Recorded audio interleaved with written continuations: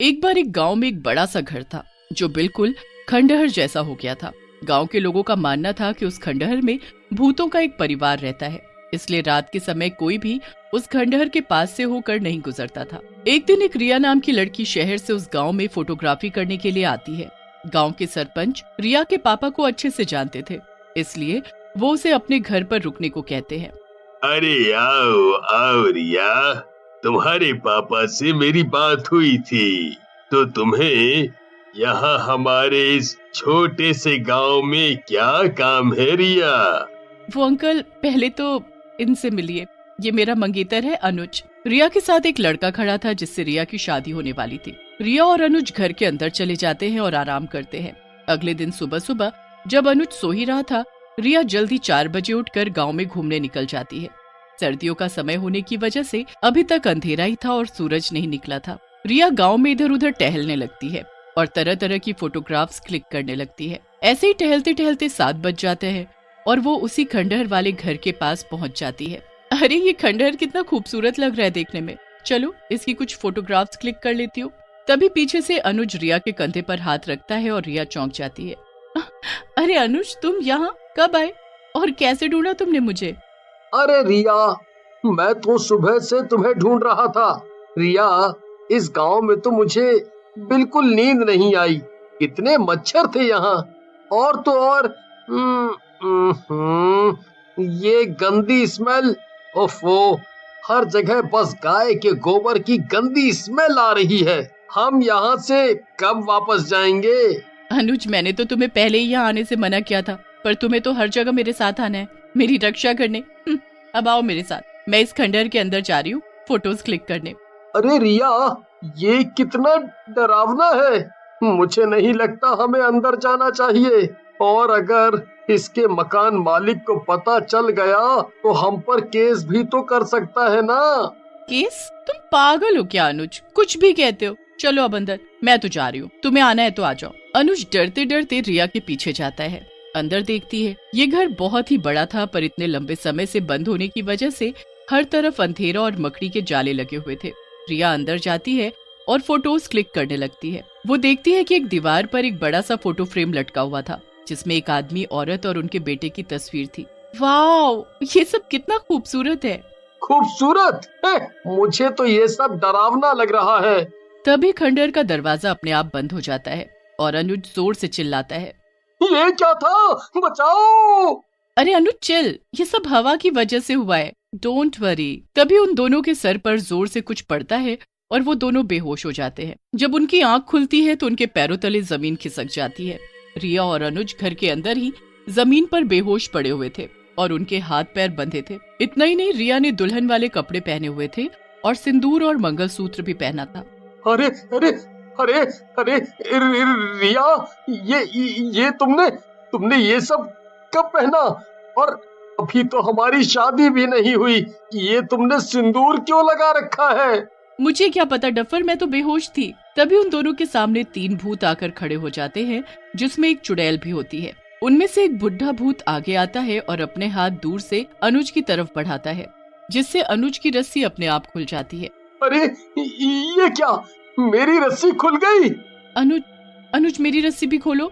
पर अनुज भूतों की तरफ देखता है, फिर रिया की तरफ, और फिर वो रिया को वही भूतों के पास छोड़कर चला जाता है। अनुज, ये तो चला गया। रिया भूतों की तरफ ध्यान से देखती है। अरे तुम सब तो वही पेंटिंग वाले हो ना?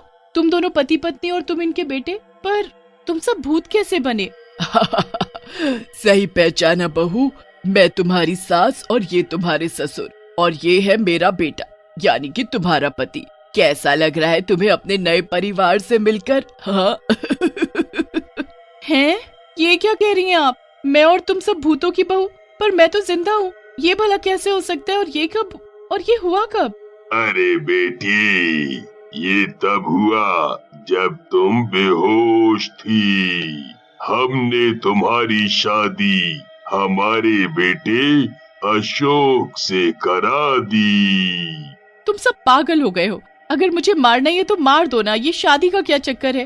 तभी अशोक कहता है, अरे रिया, हमने तुम्हें मारना थोड़ी ही है, हमें तो बस तुम्हें अपनी बहू और मेरी पत्नी बनाकर इस घर में रखना है, वो भी सिर्फ 1 महीने तक।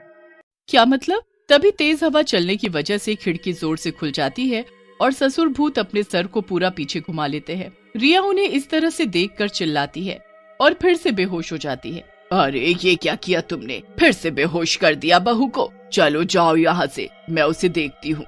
मैंने क्या किया? ये तो कमजोर दिल की निकली। अब अगर ये सुबह मुझे मेरी आंखें मेरे मुंह से निकाल कर धुलते हुए देख लेती, तब तो ये पक्का मर ही जाएगी। अरे पापा, ये सब नहीं करना है इसके सामने, याद है ना हमारा मकसद। तभी चुड़ैल रिया को उठाती है और उसे एक कमरे में ले जाकर लिटा देती है और सब दरवाजे खिड़कियां अच्छे से बंद कर देती है। कुछ देर बाद फिर से रिया की आंख खुलती है और वो देखती है कि चुड़ैल उसके पास ही बैठी हुई थी। चुड़ैल उससे कहती है, अरे बहू, तुम उठ गई, अच्छा हुआ।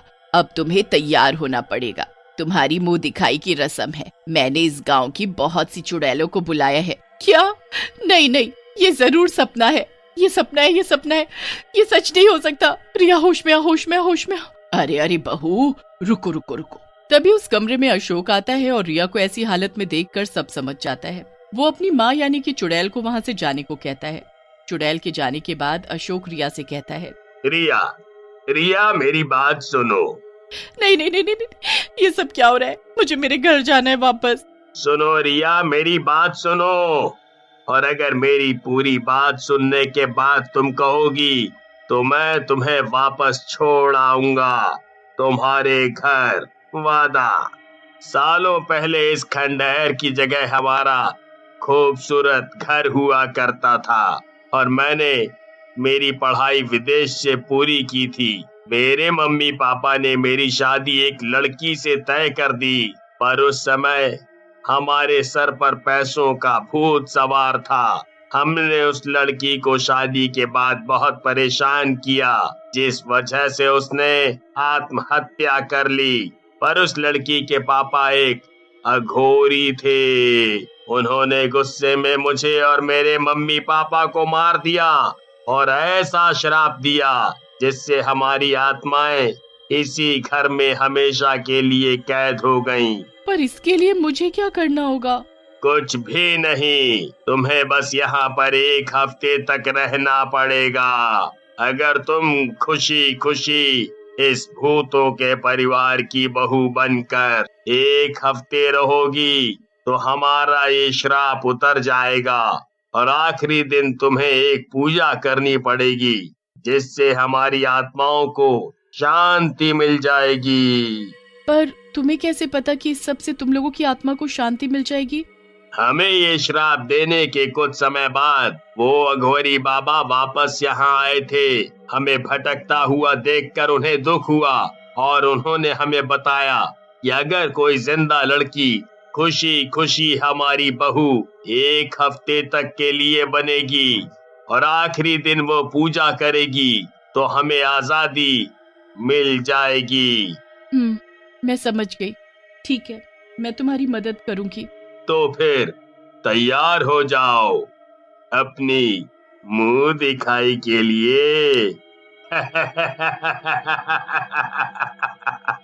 और रिया तैयार हो जाती है। जब रिया नीचे आती है तो देखती है कि नीचे बहुत सी डरावनी आत्माएं खड़ी थीं और साथ में चुड़ैल, सास, ससुर और अशोक भी थे। रिया उनके बीचों बीच रखी एक कुर्सी पर बैठ जाती है। वो सब भूत और चुड़ैल बेहद डरावने लग रहे थे। मुंह दिखाई की रस्म के बाद सब आत्माएं खंडहर से बाहर चली जाती हैं और चुड़ैल रिया से डिनर के लिए टेबल पर बैठने को कहती है।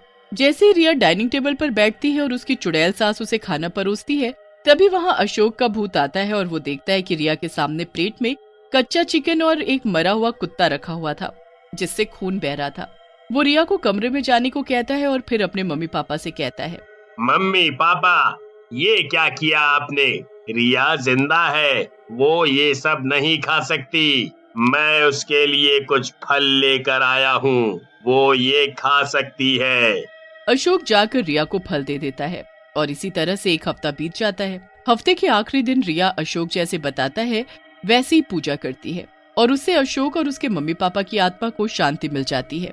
इसी के साथ रिया भी आजाद हो जाती है। पर वो खंडहर से बाहर निकलकर अनुज से शादी नहीं करती और वापस अपने शहर चली जाती है।